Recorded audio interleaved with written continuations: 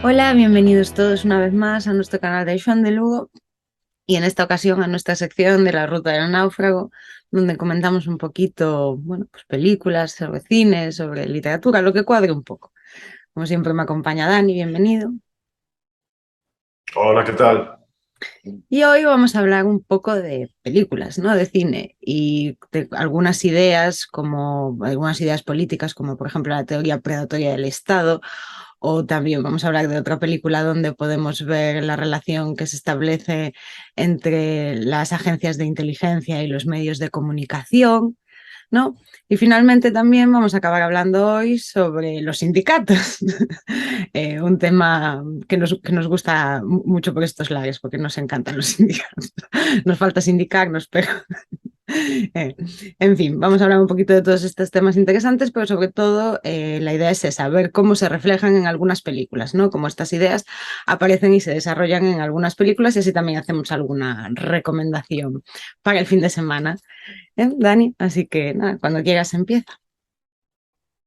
Pues empezando con la idea de la teoría predatoria del Estado, hay películas muy buenas que hablan de ese tema, que básicamente la teoría predatoria, en la teoría política libertaria, significa que el Estado no aparece así como resultado de un gran consenso social, según autores como Franz Oppenheimer o incluso como Michael Mann o como Charles Tilly, sino que fundamentalmente aparece como resultado de la violencia y de la conquista.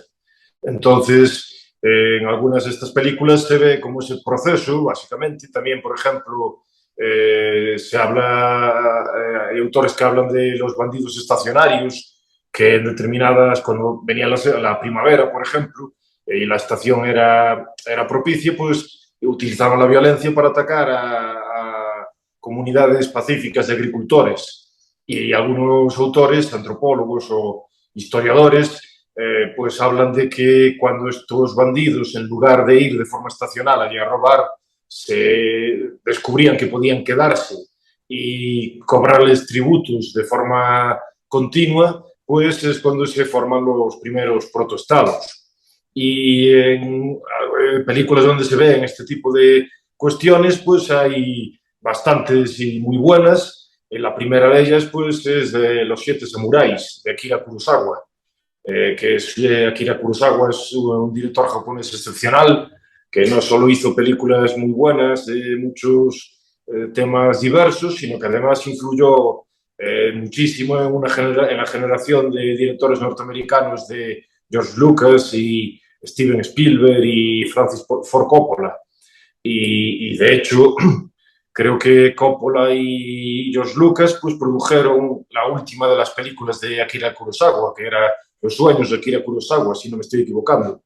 A lo mejor es otra película diferente, pero sé que le produjeron una película porque admiraban su obra y de hecho la Guerra de las Galaxias se ve una enorme influencia de la obra de Kurosawa en George Lucas. Los propios Jedi son pues, una versión espacial de los samuráis y hay incluso dos personajes como C3PO y R2D2 están inspirados en dos personajes de una película que se llama La Fortaleza Escondida.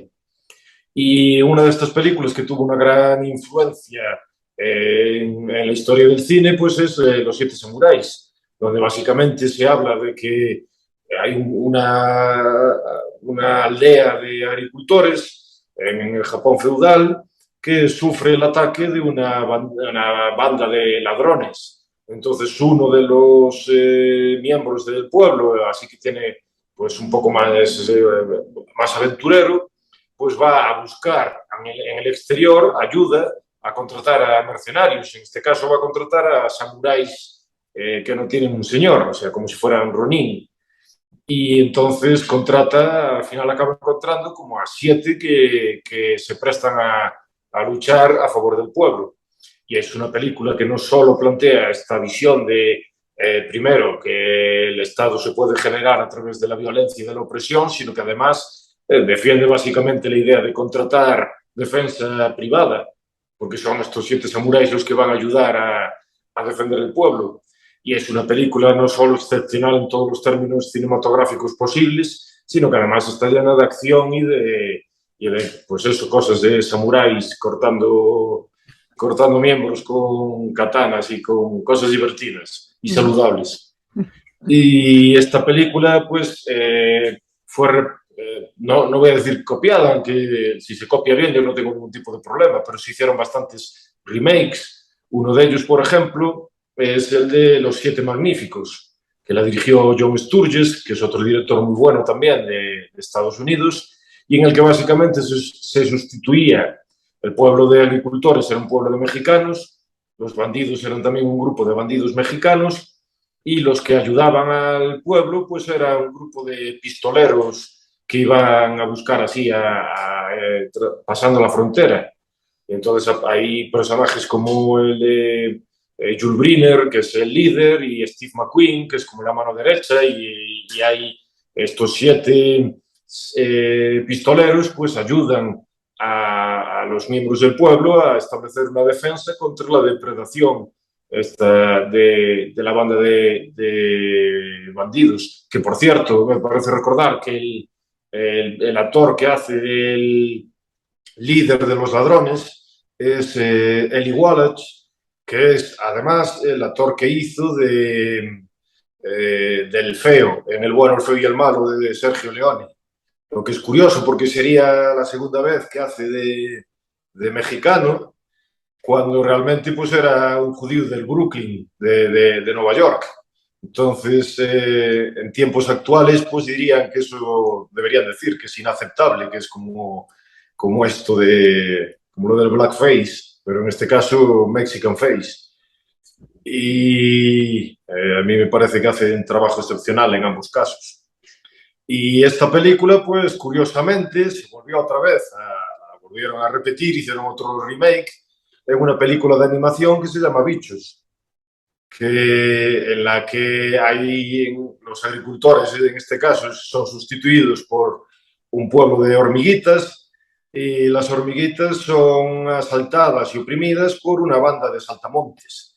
Entonces los saltamontes, de hecho hay uno de los miembros, el líder de los saltamontes, le explica a su banda que ellos se basan en el uso del miedo y que son menos que las hormigas, y que entonces si las hormigas son capaces de organizarse, pues podrían enfrentarse a los saltamontes. Entonces no solo tiene la idea también de cómo se contrata, cómo van a buscar la ayuda exterior de unos mercenarios, que en este caso son unos bichos que están en el circo y que realmente no son como guerreros, sino que hay una confusión, sino que también se habla de la idea esta de Etienne de la Boétie y de Hume, de que realmente lo único que se necesita para que el poder opresor de pocos controle a muchos es la idea de que es inevitable, o la idea de que hay que resignarse. Entonces, incluso en esta película de animación, que supuestamente es solo para niños, es una película excelente para niños porque le enseña cosas buenas sobre cómo aparece el poder depredador del Estado. Entonces, esas son 3 películas muy recomendables para ver, estilos diferentes, una de animación, un western, una de samuráis, y a mí me parece que es un sitio muy bueno para empezar, para ver esa idea de la teoría predatoria del Estado en la gran pantalla. Sin duda, a ver, la de Bichos es genial. Cualquiera que tenga hijos o sobrinos tiene plan para este fin de semana, porque además es una película debido también a esa confusión, ¿no?, que se da entre los personajes del circo que consideran guerreros, pues es muy cómica y es muy divertida, entonces ligera y la verdad, esas películas de animación que últimamente ya no se ven, no son raras de encontrar así tan buenas. Y las otras 2, pues también seguro son peliculones. Te digo yo que no me extrañaría que también sirvieran de inspiración a las revueltas reales que hubo hace unos años en Michoacán, ¿no?, en México. Digo, que no contrataron mercenarios externos, pero la gente también decidió levantarse contra los ladrones. Pero bueno. Sí, luego lo hicieron también hace muy poco, un par de años o 3 años, hicieron un remake de Los Siete Magníficos, pero el nivel no es tan bueno. Creo que era Anthony Fuqua el director, que es el director de otro peliculón, que es Training Day, con Denzel Washington y Chris Pratt. pero no alcanza el nivel ni de la de John Sturges ni de la de Akira Kurosawa, se queda muy por debajo. Pero Training Day también es una película que tiene pues bastantes implicaciones desde el punto de vista libertario. Pero vamos a hablar hoy de Training Day. Podemos hablar de ella, si te parece. A mí sí me parece bien, ya que ha salido, ¿no? En Training Day sobre todo se habla de la corrupción que existe en uno de los monopolios públicos, como es el monopolio fundamental, que es el monopolio de la fuerza, de la violencia, en este caso en la policía. Entonces la película contrasta el primer día de trabajo de un novato, un detective novato, que está interpretado por Ethan Hawke, con las actividades, digamos, que menos que virtuosas de un detective que lleva ya muchos años trabajando, que interpreta a Denzel Washington. Y básicamente la idea así en general, sin hacer muchos spoilers, es que Denzel Washington pues es, digamos que es susceptible a la corrupción y se puede ver como en numerosas ocasiones utiliza su posición de privilegio, su posición de poder para obtener beneficios personales. Y el detective idealista, que es Ethan Hawke, pues Denzel Washington intenta entrenarlo, pero entrenarlo en el sentido ese de intenta convencerlo con argumentos, intenta racionalizar su posición, diciendo que hay que ser un lobo y que hay que hacer cosas, utilizar medios que no son los ideales para poder conseguir objetivos buenos. Y intenta, pues eso, persuadirlo para que haga lo que él considera conveniente. Y entonces se ve esa contraposición. Y es una película que tiene también una gran influencia del western. Entre eso pues se ve el héroe más noble y más ingenuo con el otro personaje que es bastante más maquiavélico. Y también es una película de acción, por lo tanto también es bastante divertida. Es una película excepcional, muy buena de Anthony Fuqua, si no me equivoco, y es mucho mejor, tiene mucho más nivel que su remake de Los Siete Magníficos, y por eso, en términos libertarios, hablando de la corrupción, pues yo prefiero recomendar esa que no el remake. El remake está bien. Y sale Chris Pratt, que siempre, aunque salgan películas muy malas, no sé por qué, a mí me cae simpático siempre. Animal. También salen películas buenas, como Guardianes de la Galaxia. Sí. Pero luego sale, por ejemplo, la última que hicieron de los dinosaurios, Dios mío, qué atrocidad. Qué atrocidad. Park, sí. Sí, pero Jurassic World Dominion, creo que es la tercera. Sí, no es que las otras dos de la nueva trilogía sean buenas, pero la última es, Dios mío, qué desastre. Bueno, como están haciendo con todo, ¿no? Y mejorando poco a poco. Es la tendencia habitual de los últimos años. Pero bueno, después de esta cuarta recomendación, que también está además relacionada con la siguiente, ¿no? Pues estamos hablando al fin y al cabo de los cuerpos y fuerzas de seguridad del Estado. Y ahora queríamos hablar también un poquito bueno, de esa relación que se establece demasiadas veces, entre las agencias de inteligencia y los medios de comunicación, que además en estos días está súper en boga, ¿no? Sí, por ejemplo, con el reconocimiento que hizo Mark Zuckerberg de que cuando en las elecciones presidenciales del 2020 salió la noticia del laptop de Hunter Biden, y tanto Twitter como Facebook pues prohibieron su difusión a través de Facebook o de Twitter, pues Zuckerberg en el podcast de Joe Rogan reconoció que agentes del FBI fueron allí a presionarle para que adoptase ese tipo de medidas. Y eso es otra de las muchas pruebas que existen o indicios que existen de que realmente ese tipo de empresas no son estrictamente empresas privadas, sino que tienen una gran relación con las agencias de inteligencia y con las agencias gubernamentales. Por eso Michael Rectenwald le llama governmentalities, que son como organizaciones cuasi gubernamentales.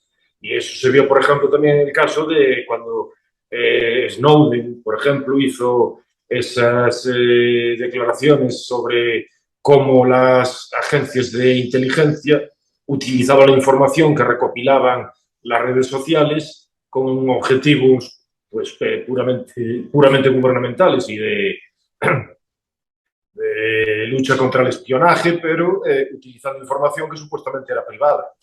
Y esto se ve en esta película del 2014 que se llama Matar al mensajero, donde Jeremy Renner interpreta a un periodista real, que era Gary Webb, que publicó en los años 80 una historia, un reportaje de investigación sobre la relación que había entre la CIA y sus actividades en Nicaragua, con la contra nicaragüense, en donde, que está relacionado con el escándalo del Irán-Contra, en donde pues había un triángulo donde se vendía por un lado armas, luego se llevaban también armas a la contra nicaragüense que les pagaban en droga y así financiaban a la contra y apoyaban a la contra, y luego esa droga la CIA, según Gary Webb, acabó vendiéndola o cediéndola a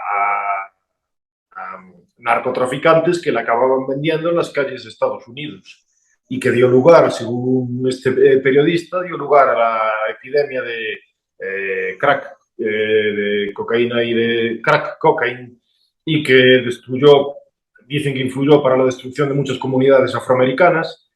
Y cuando salió esta noticia, Gary Webb era un periodista tremendamente respetado y ganador del Pulitzer, pero estaba trabajando en un medio relativamente pequeño. Y no solo la CIA, pues no le pareció muy bien que sacara esa noticia, sino que además medios de comunicación muy grandes como Washington Post o Los Angeles Times y emprendieron una campaña sistemática para destruir la reputación de Gary Webb y dedicaron ingentes recursos para publicar noticias en las que básicamente no necesariamente mentían directamente, sino insistían en determinados elementos que consideraban reprobables de la investigación de Gary Webb con el objetivo de destruir su reputación. Y este periodista al final pues acabó entrando en una depresión y dicen que se suicidó, aunque el suicidio fue cuando menos curioso porque apareció con 2 balas en la cabeza. Pues eso fue un suicidio bastante pues deliberado y sistemático. Se suicidó 2 veces, que a lo mejor pues es posible que se haga, pero también Las dos da que manos al pensar. tiempo. Hombre, no sé, sospechoso parece. No digo que no sea imposible o que no haya sido realmente un suicidio, pero sospechoso parece. Y una de las cosas que dijo Gary Webb fue que él pensaba que cuando recibía premios y cuando iba a la televisión y cuando daba conferencias o clases en la universidad, que era porque eso representaba una demostración de la calidad de su trabajo. Y sin embargo dijo que descubrió que se equivocó, que lo único que representaba era que todavía no había realizado una investigación que pusiese en peligro al aparato gubernamental y al resto de medios de comunicación, y que por lo tanto intentasen suprimirlo. Y que cuando lo hizo pues esa segunda vez, entonces que él sí que podía estar orgulloso de ese trabajo realizado, a pesar de que pues prácticamente acabó con su vida. Y es una película interesante, Jeremy Renner ahí, que en un papel en el que no hace de ojo de halcón. Entonces también me parece una película recomendable para ver. Bueno, pues esta yo me la apunto porque no la vi, así que a ver si la veo este fin de semana. Y además, bueno, creo que el hecho de que esté basada en una historia real y que desgraciadamente haya acabado de forma tan dramática, pues bueno, quieras que sí, quieras que no, le da un puntillo más de curiosidad, pues saber un poquito qué pasó ahí. Así que yo me la veré este fin de semana, pero bueno, ya para las últimas recomendaciones, hablar un poquito de esos maravillosos sindicatos, ¿no? Esas organizaciones tan fundamentales y tan enriquecedoras para la economía, para el funcionamiento de una sociedad sana, ¿no? Y que tanto nos gustan a nosotros los libertarios, y cómo se ven reflejadas en algunas pelis. Pues en este caso no se ve reflejada muy bien. Es una película dirigida precisamente por Paul Newman y también interpretada por Paul Newman. También hay otros actores como Henry Fonda, y que se llama Casta Invencible. Y en esta película que es de 1971, es una adaptación de una novela de Ken Kesey, que es también el que escribió Alguien voló sobre el nido del cuco, que fue adaptada también al cine por Milos Forman y en la que hace pues, un gran papel Jack Nicholson cuando estaba en plena forma, y que también básicamente viene siendo como una crítica, esa película Alguien voló sobre el nido del cuco, es también una crítica del totalitarismo y de cómo infantiliza y convierte en pasivos y somete a las personas, aunque en este caso es una metáfora sobre un grupo de pacientes que en un hospital psiquiátrico donde pues va uno que se hace pasar por loco para no ir a la cárcel, que sería el personaje de Jack Nicholson. Y entonces, pues, este tipo de metáforas políticas pues también se ve en este caso en Casta Invencible, aunque de una forma más, digamos, directa, porque la película, el argumento de la película es sobre una familia de madereros que tiene una empresa familiar con el patriarca que es Henry Stamper, el personaje interpretado por Henry Fonda, y hay una huelga local dirigida por un sindicato y pues el sindicato pretende que ninguno de las empresas de madera pues que siga trabajando y la familia esta donde el patriarca es Henry Fonda pero luego tiene varios hijos, uno de ellos es Paul Newman, pues esta familia se niega a parar y porque una de las características de ellos es que toda su vida trabajaron y consiguieron todo lo que tienen gracias al esfuerzo y a su trabajo y no por que hubiese políticos que estaban allí hablando. De hecho, cuando critican a uno de los representantes o bueno, pues de la película, de los que quieren hacer que dejen de trabajar, pues dicen que a ese siempre le gustó más hablar que masticar. O sea, que le da mucho al pico, pero que hace poco. Y entonces se ve también la lucha que hay y lucha que llega a consecuencias pues también bastante trágicas entre esta familia que sigue imperturbable y que se niega no cede ante los acosos o ante las amenazas y paga un precio bastante grande porque pues hay miembros que mueren o que resultan mutilados de su familia y que aún así, a pesar de todos los costes, se niegan a detener su trabajo y a seguir produciendo y a seguir vendiendo en el mercado. Entonces, generalmente, como cuando hay películas o cuando Hollywood habla de empresas, siempre tiende a poner pues, una versión esa o grandes empresas y corporaciones malévolas, pero nunca una visión positiva del empresario. En este caso, además, es una empresa familiar y relativamente pequeña, pues es una contraposición muy interesante y además Paul Newman y Henry Fonda y es una película que yo también me parece muy recomendable para ver. Pues sí, sin duda parece una buena recomendación y que también me apunto, no sé si para este fin de semana, pero yo tampoco la vi, así que queda apuntada. Y nada, bueno, ya llevamos una buena lista, ¿no? No sé si tienes alguna más, pero yo creo que por hoy va llegando y si no, podemos dejar otras tantas para otra ocasión, ¿no? Sí, Y, no, tengo más, pero para otro vídeo. sí, y también nos pueden decir, bueno, pues vosotros que nos estáis viendo desde el otro lado, pues qué temas os apetece que toquemos o que nos recomiende Dani algunas películas sobre determinados temas que os interesen más, que seguro que conoce alguna. Así que nos lo podéis dejar en los comentarios y lo tendremos en cuenta para la próxima lista de recomendaciones, o lo tendré en cuenta el señor Daniel. Así que nada, sin más, daros las gracias, como siempre, por acompañarnos, darle las gracias también a Dani y ya sabéis que os esperamos en el próximo vídeo y que nos ayuda mucho pues que le deis a los botones que andan por YouTube y todo eso. Nada más, hasta la próxima. Hasta luego.